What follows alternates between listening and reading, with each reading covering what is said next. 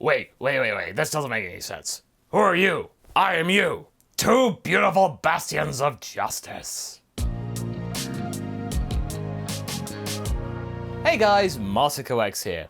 After a little pause, as well as a showcase of the retcon of the future Nappa in this story, we are ready to return to this adventure, as we are well into the territory of Dragon Ball Super at this point. This character has had a much grander journey than anyone could have hoped to have ever had in Dragon Ball if you're not a main character, given that they were just a minion not all that long ago.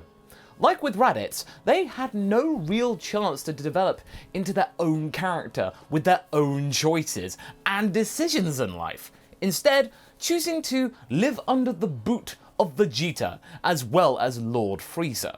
What if Nappa, though, was given a choice? What if he turned good?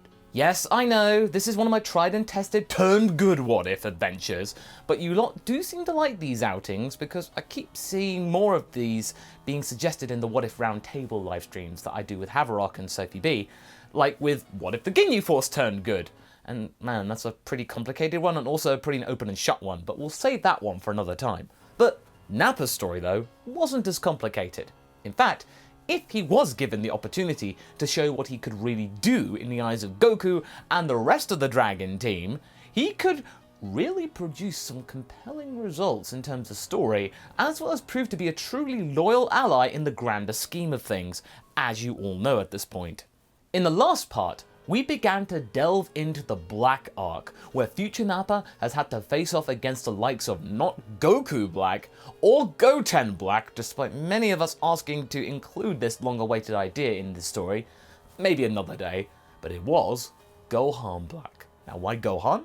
Well, in the earlier days of this scenario, we had Gohan and Nappa go through a very long journey of self-discovery, lots of angst, and if Nappa was a significant factor in the future, then it makes sense for Gohan to be the main instigator of this antagonist. In the end, future Nappa has had to go back to the past on his own, despite wanting to bring Bra and Bulma along for the ride, and he has to fix the situation with his friends from the past. And, of course, even himself. And they historically didn't get along famously for a long time. How is this going to work? We open up today's episode in a situation in the present day, not too dissimilar from what we had in the previous chapter, where Cafe, Nappa's now current girlfriend, got to see the harvest at the Son family residence. Today, we are witnessing a social event at the location of Capsule Corps instead. After the whole harvesting celebration at the Son household, where much food was yielded as well as consumed by the Saiyans, this time is a lot more leisurely. Today's festivities is all about celebrating Bra's birthday. The birthday girl is pretty excited for this, as they don't often have birthdays like this that don't involve her mother in some way. Nappa invited Cafe as well, so she can meet some more of the group of friends that he has. However, she is not able to make it for that day. She is actually busy painting and is honestly kind of overwhelmed by the amount of new people that she's had to meet in such a short space of time. Nappa doesn't really understand the timidity in Cafe's actions, but he does respect her decision and wishes her luck with her painting. So basically, everyone else is here. Even Kami allowed himself to take some time off from being the guardian of Earth. He has great respect for the Dragon team, and birthdays are usually a case for some fun and relaxation to be had. So long as the presents are up to scratch, that is. I mean, he can't even count the birthdays he's seen where people around the Earth, got presents where it didn't pass muster. Fortunately today, they do. As the gang are tucking into the copious amounts of food and cake laid out by the chefs of Dr. Bulma, there is a great wind that is emanating from a nearby helipad. Without much more warning, a familiar craft appears, one that they haven't seen in a very long time, one which Goten and Bra have never seen before because it was that long ago. The time machine appears before them. After waiting to see what happens next, the hatch opens and out falls a very dazed and confused Nappa. Being barely able to hold on to consciousness, future Nappa fumbles his way down the ladder on the side of the ship and then just simply collapses to the ground, absolutely embodying the meaning of, exhaustion. After a bout of guilt, Cafe then decided to actually come along to the party later on to make up for blowing Nappa off earlier. But I think at this point she should have stood by a decision because, now things are getting complicated. And in the midst of her arrival, she is now shocked to see not one Nappa, but two Nappas. Needless to say, almost everyone else is shocked to see this too. What's he doing here? Something must be up. Present Nappa helps take his alternative future self to the company infirmary, apologizing to Cafe, who is now looking pretty confused and overwhelmed, sure enough. Nappa tries to look casual, although he knows that if this bozo is here, then it must mean trouble. I'll explain later. Cafe is walking with Nappa, but she's still looking pretty pale and agrees, "You gosh darn better explain things, Nappa. I may be a pretty open-minded person, but even this is something I never thought I'd see. This one better not be as bad with jokes as you are, though." She winks a little, trying to keep her cool in the situation, something which present Nappa appreciates a lot at this time. Vegeta is also shocked by this event. He was revived at a time when future Nappa had long since departed for the future again, and so never knew the situation behind his arrival, and so to see two giant oafs before him is something that he cannot fathom and something that he hoped he would never see. He never had to deal with the woes that are Dragon Ball and time travel at the same time before.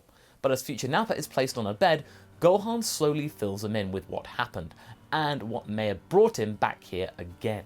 As for Goku, he meanwhile is busy getting future Nappa some sensu beans to eat to speed up the recovery process. Understandably, Gohan goes to see future Nappa, keen to catch up with the old guy and try and get some information out of him about why he decided to come back to the past again, and clearly, it wasn't just for a surprise visit.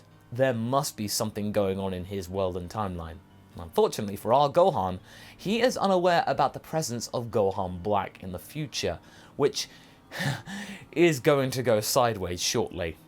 When Gohan starts to talk, future Nappa wakes up and looks at Gohan looming over him, which causes him to remember the last moments in the future, and he then screams intensely, frantically even, aiming attacks in Gohan's direction. Now, despite the damage this causes to the bed and the room that they're in, Gohan is able to block all of his attacks, as they're not really focused or, intense, basic self-defense if you want to have a description. And present Nappa is also able to assist after waiting outside, too shy to go in, restraining his future self and then looking absolutely furious that this guy would dare lay a finger on Gohan in malice. Our Nappa is then demanding explanations as to why future Nappa would even want to have attacked Gohan in the first place. The cyborg Nappa takes some deep breaths and then apologizes for his actions. He looks very sorrowful, but Gohan takes this on the chin and understands that he didn't mean to do what he did just now, and that, Gohan is fine, really. Future Nappa is then saying that he was acting instinctively because from where he came from just now, it was indeed not a good place to be in anymore. And despite his actions concerning Android 17 and 18 and sorting that all out, his future had gone south anyway, by an even greater force never before imagined. His future is doomed once more. This time by someone looking exactly like Gohan does right now, even down to the bang on his forehead. Gohan looks to his bang, and he is stunned that a future version of himself even exists, and especially one that is nefarious. He thought that he had succumbed in the future long ago. Future Nappa shakes his head. "No, Gohan. This other guy felt nothing like you. Your energy is noble and strong. His was vicious and incapable of feeling emotion, like he was on a mission to wipe out everything in front of him. It was horrifying. He destroyed everyone." Not long after expositing some more about the future, the doors burst open again, this time by a very irritated Beerus. Beerus gets involved and yells at future Nappa for messing with time after finding out his original journey back to the past all those years ago. "You're not supposed to do that," but then the present Nappa pushes back saying, Beerus, you shouldn't have been asleep then when you got here the first time. You're not doing your job right." Beerus wheels around to our Nappa and splutters, "Say that again, you lumbering imbecile." Gohan tries to break this up, but Whis is able to do a much better job at this because it's Whis, come on. After the tension clears, Whis responds that messing with the timeline is considered to be a serious crime, and that it may anger the Supreme Kai of Time, Cronoa. Future Nappa tries to defend himself, telling that this opponent of his that he was fending off against in the future broke the rules first, as he looks like Gohan, and that can't be the same Gohan in his timeline, because his Gohan passed away years ago. It doesn't make any sense to him. Time must have something to do with it. But as Beerus points out, nothing much makes sense because he cannot make sense of anything. Whis throws Beerus a particularly succulent meat joint in front of him just to keep him quiet for the time being. Once he's been satisfied, the matter returns as to why Gohan was there, but also here. This conundrum is genuinely puzzling Beerus and Whis ever further, and he asks Nappa to elaborate, now with some more sincerity behind his questioning. The future Saiyan updates everyone about what he's been up to ever since he left for the future all those years ago. He mentions future Bra to a surprised present Bra and Goten. Bra asks whether her future counterpart was also an engineer. One of the best I ever seen. Sometimes outdoing her mother, but don't tell her that. She also asks whether she was cute, to which Nappa gets very defensive and says, like I would judge something like that.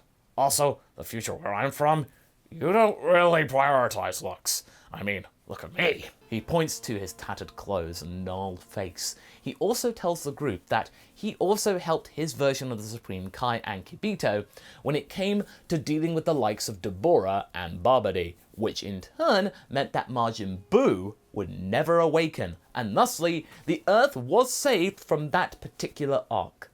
This makes Present Nappa smile. I knew you had it in you, despite your years. Present Nappa smacks the back of Future Nappa's shoulder, but then Future Nappa remarks that, it's mostly the cybernetics these days that's actually allowing him to cheat the process of Saiyan aging a little bit. Now, over the years, Future Nappa became more and more machine-based, deriding some of the tech from the aftermath of the androids all those years ago. Even though Future Nappa is older than our Nappa, he is just as strong, but looks far more haggard than his present self. But he's not really the original Nappa anymore, fully. It didn't matter. He did his best to protect Earth, and that's what counts back in the future. He also expresses his surprise about Vegeta being back in the land of the living, but our Nappa then explains about the Super Saiyan God ritual, and remarks that Vegeta is a pretty chill guy these days. Future Nappa is glad that at least one version of Vegeta seems to have less bugs up his butt. He then says that he recalls an evil individual from the future Gohan Black camp, and that he one day appeared and started to annihilate the Earthlings for the sake of justice. He can't quite remember much else, but that's the only lead our gang have got right now. Bulma then notes that she can indeed repair the time machine, and everyone offers their help in fighting this new threat. Then Nappa introduces Goten and Cafe to his future self. Wow, you have a cyborg twin, Uncle Nappa? Future Nappa rolls his eyes, but catches Cafe's look. He blushes a little bit, and asks if he and his younger self can try and train for a little bit, as they might need some practice before fighting against such a formidable opponent together. The start of this sparring session is pretty tame, though our Nappa is clearly showing off in front of Cafe. Bulma also helps them with a force field around the ground, so they can go wild. Future Nappa asks him to go all out, and Nappa goes into his controlled beserker stance, which takes him off guard, not expecting to see this from his past self. It seems that the younger Nappa is winning, but the old one powers up, giving off a distinct white aura around himself. It is clear, especially to our Gohan, that this future Nappa has mastered the technique known as Potential Unleashed. He is now Ultimate Nappa. In that state, they are much more even, though present Nappa is still hanging on to his advantage. Suddenly, a thunderstorm starts to form around the capsule core building, and from a portal emerges someone who looks just like Gohan, much to everyone's shock. Beerus notices the time ring on the hand of the stranger, and present Gohan is all fired up to fight this strange imposter. Before the two Nappas go for it, Gohan charges up, and the duel begins. And that's where we're going to be leaving things for right now. So what do you guys think? Do you think that our version of Gohan will be strong enough to beat Gohan Black? How will the lack of Goku in this main fight affect our interactions with Zamasu and going forward? Leave a comment below and let's get this discussion going. And I shall see you in the next video. Catch you later.